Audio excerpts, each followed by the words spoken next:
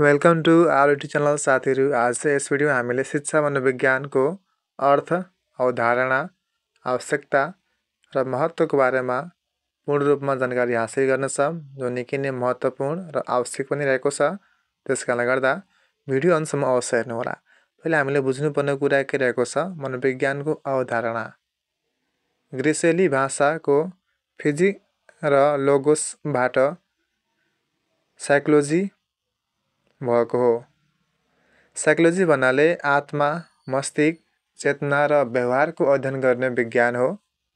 मनोविज्ञान आत्माको विज्ञानको रूपमा प्राचीन कालमा भनिएको छ भने मन मस्तिष्कको विज्ञान चाहिँ 500 देखि 1500 सम्ममा भनिएको छ भने चेतनाको विज्ञान चाहिँ 1500 देखि 1900 सम्म भन्ने गरेको पाइन्छ भने व्यवहारको विज्ञान चाहिँ सन् 1908 पछि चाहिँ यसको अवधारणा रहेको पाइन्छ। मनोविज्ञानको परिभाषा: जीवित प्राणीको क्रियाकलाप अर्थात् आचरण र व्यवहार अध्ययन गर्ने शास्त्र चाहिँ मनोविज्ञान हो। कसले भनेका छन् त? एमसी डौगलले। व्यवहारको सकारात्मक विज्ञान नै मनोविज्ञान हो। कसले भनेका छन्? जेबी वाट्सनले भने मानव व्यवहारको विज्ञान नै मनोविज्ञान हो। पिल्सबरीका अनुसार भने मानव प्रकृतिको अध्ययन गर्ने विज्ञान नै मनोविज्ञान हो। बोरिङले भनेका छन् मानव र प्राणी जातिको अध्ययन गर्ने विज्ञान नै मनोविज्ञान हो। मर्गन व्यवहार र अनुभवको विज्ञान नै मनोविज्ञान हो। स्किनरले भनेका छन्। साथीहरू, यी महत्त्वपूर्ण परिभाषाहरूमध्ये कुनै एक दुईवटा परिभाषा अवश्य तपाईँले याद गर्नुहोला। यसमा सबभन्दा सजिलो भनेको स्किनरले भनेका छन् व्यवहार र अनुभवको विज्ञान नै मनोविज्ञान हो। साथीहरू, एउटै चाहिँ कुरा, एउटै भनाइ चाहिँ एउटै परिभाषा तपाईँहरू कम्तीमा 5-6 पटक रिपिट गर्नुहुन्छ भने तपाईँहरूको मन मस्तिष्कमा अटोमेटिकै छाप पर्छ, याद गर्न पर्दैन। व्यवहार र अनुभवको विज्ञान नै मनोविज्ञान हो। के त? व्यवहार र अनुभवको विज्ञान नै मनोविज्ञान हो। कसले भनेका छन्? स्किनरले। अर्को चाहिँ व्यवहारको सकारात्मक विज्ञान नै मनोविज्ञान हो। जेबी वाट्सनले भनेका छन्। अब मनोविज्ञानका क्षेत्रहरू: पहिलो क्षेत्र सिकाइको पहिचान, सिकाइ प्रक्रिया र अवस्थाको पहिचान, सिकाइ र विधिको पहिचान, सिकाइलाई प्रभाव पार्ने तत्त्वको पहिचान, उपलब्धिको लेखाजोखा, व्यक्तित्व विकास र समायोजन, सिकाइ प्रभावको अध्ययन, निर्देशन र सल्लाह चाहिँ मनोविज्ञानका क्षेत्रहरू रहेका छन्। मनोविज्ञानको आवश्यकता र महत्त्व: सिकारुका व्यवहारहरूका अध्ययन गर्न, सिकाइको आधारभूत सिप गहन गर्न, शिक्षकलाई पेशागत रूपमा सक्षम बनाउन मनोविज्ञानको आवश्यकता रहेको छ। मनोवैज्ञानिक समस्या पहिचान गर्न र तिनको निराकरण गर्न, सिकाइ वातावरण व्यवस्था गर्न, सान्दर्भिक पाठ्ययोजना निर्माण गर्न, सिकारुलाई थप सल्लाह दिन र शिक्षकलाई आफैबारे बुझ्न, विकासात्मक विशेषता अनुरूप शैक्षिक योजना निर्माण गरी कार्यान्वयन गर्न, असल पाठ्यक्रम र सामग्री विकास गर्न, विद्यार्थीको प्रकृति थाहा पाउन चाहिँ मनोविज्ञानको आवश्यकता पर्दछ। मानव विकास: वृद्धि र विकासको अवधारणा, चरण र विशेषता। वृद्धि र विकासमा चाहिँ वास्तवमा के फरक रहेको छ? साथीहरू, सुन्नमा त उस्तै लाग्यो होला, विकास, वृद्धि। तर हुन चाहिँ दुईटा शब्द यो फरक हुन्, दुवैको अर्थहरू फरक हुन्छन्।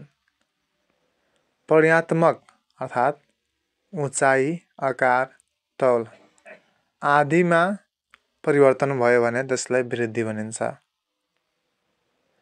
जुन वृद्धि चाहिँ निश्चित समयसम्म मात्र रहन्छ र निश्चित समय गएर त्यो रोकिन्छ। मनोवृद्धि चाहिँ वंशानुगत गुण, पौष्टिक आहार, शारीरिक परिपक्वता, हर्मोन, मानव विकासको अध्ययनको विधि जुन चाहिँ लम्बे विधि यसभित्र पर्दछन्। किनभने मानव विकासको दुईटा विधि चाहिँ निकै नै प्रख्यात छन्, लम्बे विधि, क्षितिजीय विधि। यसको बारेमा तपाईँहरूले बीएड सेकेन्ड इयरको शिक्षा मनोविज्ञानमा पढ्न पाउनुहुनेछ। वृद्धि चाहिँ टर्म्यान 1981 रहेको छ भने विकासमा चाहिँ गुणात्मक र परिमाणात्मक दुवैलाई चाहिँ विकास भनिन्छ। विकास निरन्तर भइरहने र विकासलाई वातावरणले प्रभाव पार्छ। परिपक्वता र सिकाइ दुवैसँगै उत्तेजना प्रेरक समय सन्दर्भ हुन्छ विकास। मानव विकासको अध्ययनको विधि चाहिँ क्षितिजीय विधि हो साथीहरू। मानव विकासको अध्ययनको विधि हेर्ने हो भने वृद्धिमा चाहिँ लम्बीय हुन्छ, विकासमा चाहिँ क्षितिजीय हुन्छ। विकासको चाहिँ टेम्पल 1987 रहेको छ, 1927। मानव वृद्धि र विकासका निर्धारकहरू दुईटा रहेका छन् साथीहरू। मानव वृद्धि र विकासका निर्धारक भनेको प्रभाव पार्ने तत्त्वहरू अथवा असर पार्ने तत्त्वहरू कुन कुन हुन् त? दुईटा मात्र छन्, वंशानुक्रम र वातावरण। वंशानुक्रम आमा बुवाबाट सन्तानमा प्राप्त हुने गुण हो भने आमाबाट 23 वटा र बुवाबाट 23 वटा गरी जम्मा 23 जोडा क्रोमोजोमबाट गुणहरू बच्चामा सर्दछ भने वातावरण चाहिँ आमा बाबुबाट प्रसारण भएका गुणहरूलाई विकास गर्न उचित वातावरण आवश्यक पर्दछ। वातावरण भनेको हामीलाई प्रत्यक्ष प्रभाव पार्ने एउटा परिधि हो जुन हाम्रो परिवेशमा जताततै पाइन्छ। के वातावरण। मानव विकासका चरण र विशेषताहरू। हर्लकका अनुसार चाहिँ मानव विकासका मुख्य 10 चरणहरू रहेका छन्।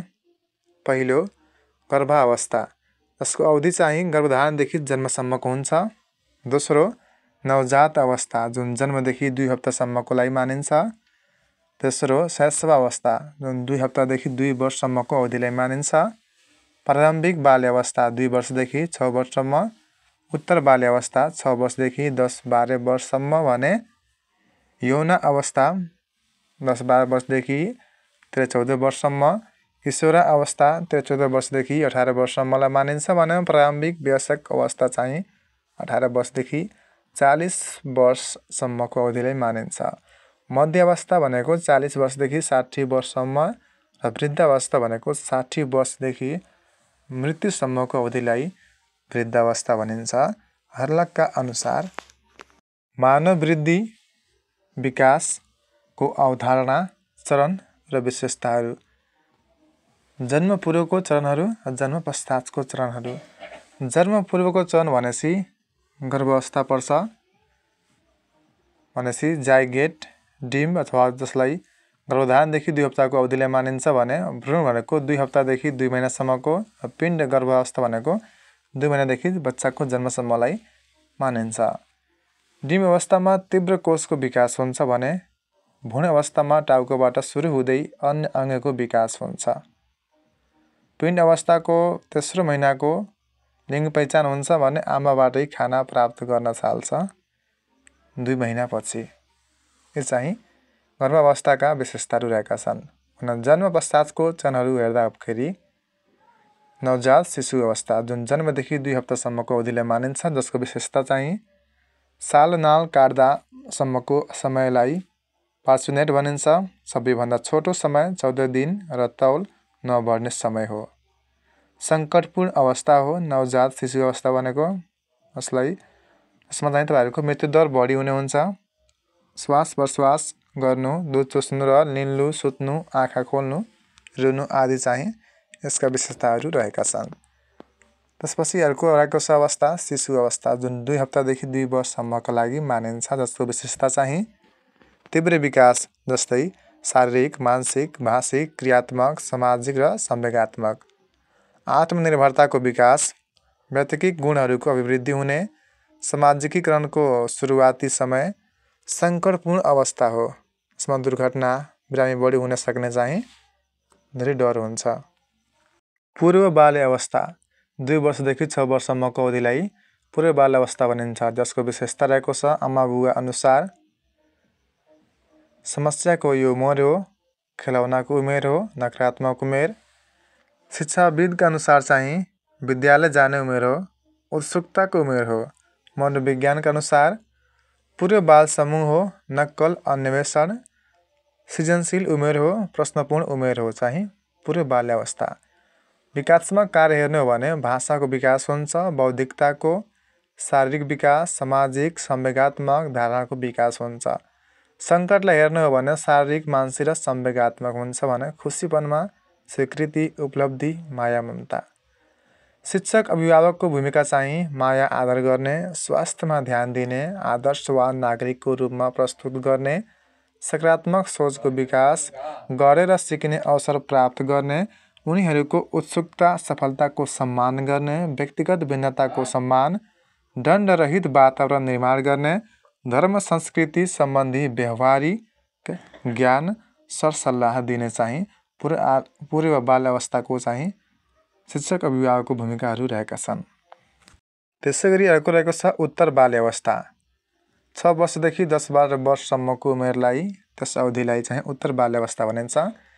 यसका विशेषताहरू चाहिँ आमा बुवाको अनुसार चाहिँ समस्यागत दुख, बेहोसी, लापरवाही, झगडालु, फोहोरी चाहिँ भन्छन् भने शिक्षाविदहरू के भन्छन्, विद्यालय जाने उमेर हो, नाजुक अवस्था हो। मनोवैज्ञानिक अनुसार बाल समूह उमेर, खेल उमेर, खुसी उमेर, रचना सृजनात्मक एकरूपताको उमेर हो भने विकासात्मक कार्य हेर्नु हो भन्दाखेरि खेल खेल्ने सिप, सोक केन्द्रित, सामाजिकीकरण, लैङ्गिक भूमिका, व्यक्तिगत स्वतन्त्रता, सकारात्मक सोचको विकास, व्यवहारिक जीवनको आवश्यक सिप, नैतिक चेतनाको विकास। रुचि हेर्न हो भने शरीर, आकृति, कपडा, नाम, विद्यालय, यौन स्तर आदि प्रति चाहिँ रुचिहरू आउने गर्छ भने सङ्कटपूर्ण हेर्दाखेरि दुर्घटना, अपमानित हुन सक्ने बढी त्यहाँ देखिन्छ सङ्कटहरू।